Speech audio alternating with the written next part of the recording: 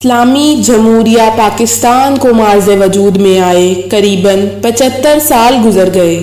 اگر ہم تاریخ اٹھا کر دیکھیں تو ایک الگ ریاست کے حصول کا مقصد کیوں اور کتنا ضروری تھا، تو اس کے پس منظر میں دو قومی نظریہ نظر آتا ہے۔ آپ آزاد ہیں، آزاد رہیں۔ آپ لوگ اس ملک پاکستان میں اپنے عبادت گاہوں، مسجدوں یا مندروں میں جانے کے لیے۔ اگر ہم آج اپنے پڑوس میں مسلمانوں پر کیے جانے والے مظالم کو دیکھیں تو ہمیں قائد اعظم محمد علی جناح کی سوچ اور دور اندیشی کا اندازہ بخوبی ہوتا ہے۔ پاکستان کو ایک الگ ریاست بنانے کا ایک ہی مقصد تھا، ایسی ریاست جو کہ خود مختار اور آزاد ریاست ہو۔ پاکستان ایک الگ ریاست بن تو گیا، مگر ایک تلخ حقیقت یہ کہ اس ملک پر مسلط حکمرانوں نے اس ملک کو دونوں ہاتھوں سے لوٹنا شروع کیا۔ اپنی جائیدادیں اور پیسہ پاکستان سے باہر منتقل کرتے رہے۔ پاکستانی عوام کے حصے میں کیا آیا؟ حکمرانوں کے حصے میں اس وطن کی لوٹی ہوئی دولت اور پاکستان کی عوام کے حصے میں غلامی کی زنجیریں آئیں۔ اس قوم کو ذہنی غلام بنا دیا گیا۔ کبھی روٹی، کپڑا، مکان جیسے نعرے کے پیچھے مصروف کیا گیا تو کبھی قرض سے بنائی گئی سڑکوں کو دکھا کر خوش کر دیا گیا۔ حکمران لوٹتے رہے، پاکستانی عوام غلام بنتے گئے۔ اس وطن کو غلام بنانے والے بیرون ممالک بیٹھے سازش کرنے والوں نے ایسے حکمران مسلط کیے جنہوں نے اس ملک کا ہر ادارہ برباد کر دیا۔ غریب انصاف کی بھیک مانگنے کے لیے در بدر کی ٹھوکریں کھانے پر مجبور ہوا اور اشرافیہ کے لیے رات کے 12 بجے بھی عدالتیں کھلنے لگیں۔ غریب کو انصاف کب ملا؟ جب جیل کی سلاخوں میں اس نے دم توڑ دیا اور بعد میں معزز صاحب کا حکم آیا، یہ تو بے گناہ تھا۔ شاید انصاف مہیا کرنے والے ادارے بھول گئے کہ وہاں ایک ایسی ذات بھی ہے جو الحق ہے، اور جب وہ انصاف فراہم کرتا ہے تو بڑے بڑوں کے رونگٹے کھڑے ہو جاتے ہیں۔ افسوس، اس ملک پر ڈاکو، چور، حکمران مسلط ہوتے رہے۔ پاکستان کا دشمن سازش کرتا ہے، اپنے من پسند کا انسان اس ملک کی حکمرانی پر مسلط کرتا ہے۔ دھرتی ماں کو بیچنے والے پیسے کے نشے میں دھت اپنی دھرتی ماں کو بیچنے پر راضی ہو جاتے ہیں۔ ایمل کانسی کی روح کو جگایا جائے اور پوچھا جائے وہ کون سے حکمران تھے جنہوں نے پاکستان کے بیٹے کو ڈیرہ غازی خان سے گرفتار کروایا، جس کے بعد اس وقت کے امریکی اٹارنی جنرل نے بیان دیا کہ پاکستانی تو چند ڈالرز کے عوض اپنی ماں کو بیچتے ہیں۔ تاریخ یاد رکھے گی، عمران خان وہ واحد شخص تھا جو ان چوروں اور ضمیر فروشوں کے خلاف ڈٹ کھڑا ہوا۔ پہلے تو یہ حکمران اس قوم کو بیوقوف سمجھتے تھے، بظاہر آپس میں لڑتے تھے، مگر باری باری حکومت کا مزہ بھی لیتے تھے اور ایک دوسرے کی چوری پر پردے ڈالتے تھے۔ عمران احمد خان نیازی، جس نے اپنا نام کرکٹ کی دنیا میں منوایا،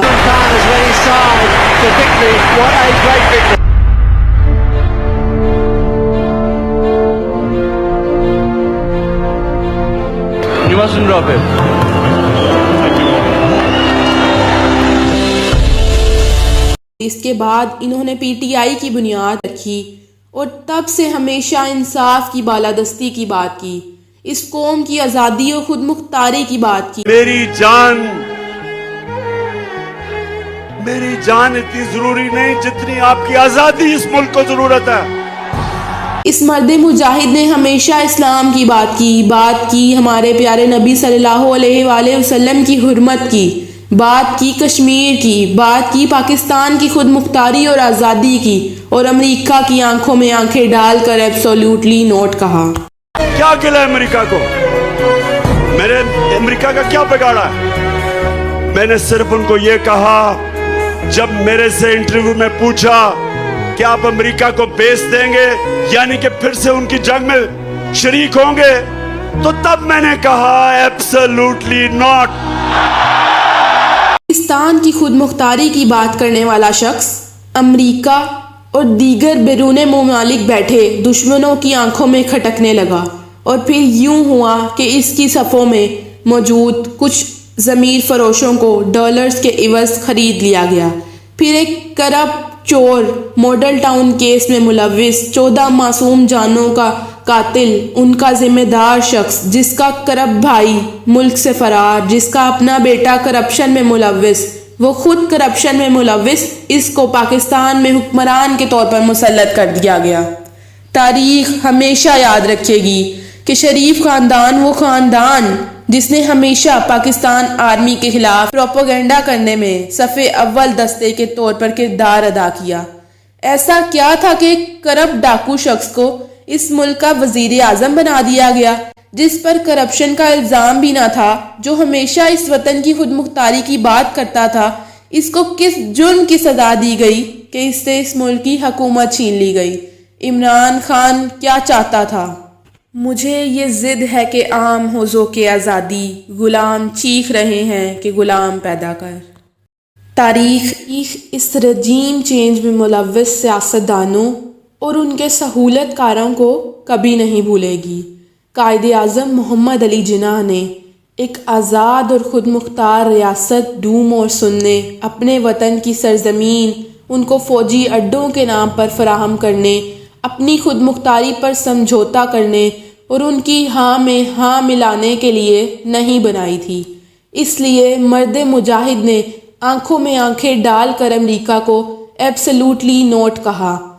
You allow the American government to have CIA here in Pakistan to conduct cross-border counter-terrorism missions against Al-Qaeda, ISIS or the Taliban?